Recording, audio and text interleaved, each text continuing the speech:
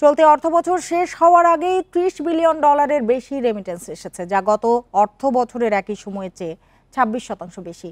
Remittance প্রবাহ ও IMF এর অর্থ ছাড়ের ফলে নিট বৈদেশিক মুদ্রার রিজার্ভও ছাড়িয়েছে $31 বিলিয়ন।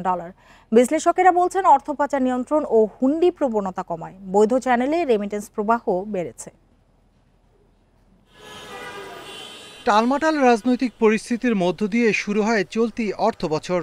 বছরের শুরুতে জুলাই অভ্যুত্থানে রেমিটেন্সের প্রবাহে ধীরগতি থাকলেও আওয়ামী লীগ সরকারের পট পরিবর্তনের পর রেমিটেন্সের প্রবাহে গতি আসে।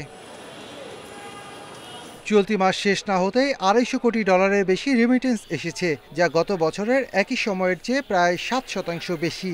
আর চলতি অর্থ বছরে 28 জুন পর্যন্ত রেমিটেন্স এসেছে $30 বিলিয়ন বেশি। সব মিলিয়ে চলতি অর্থ বছরে যে রেমিটেন্স এসেছে তা আগের বছরের চেয়ে 26.5% বেশি। রেমিটেন্সের গতি বাড়ায় দেশে রিজার্ভও ছাড়িয়েছে $31 বিলিয়ন। কমপ্লায়েন্স হওয়ার কারণেই বেশ কিছু ডেভেলপমেন্ট পার্টনার, আপনি আইএমএফ বলেন, এডিবি বলেন, জাইকা, এআইবি, তারা কিছু কিছু করে তহবিল আমাদেরকে দিয়েছে এবং তারই কম্বাইন্ড ইফোর্ট আমরা দেখতে পেলাম, কম্বাইন্ড রেজাল্ট আমরা দেখতে পেলাম এই বছরের অর্থ বছরের শেষান্তে এসে $30 বিলিয়ন মাইল ফলকটা আমরা $30 বিলিয়ন উন্নীত করতে সক্ষম হয়েছে।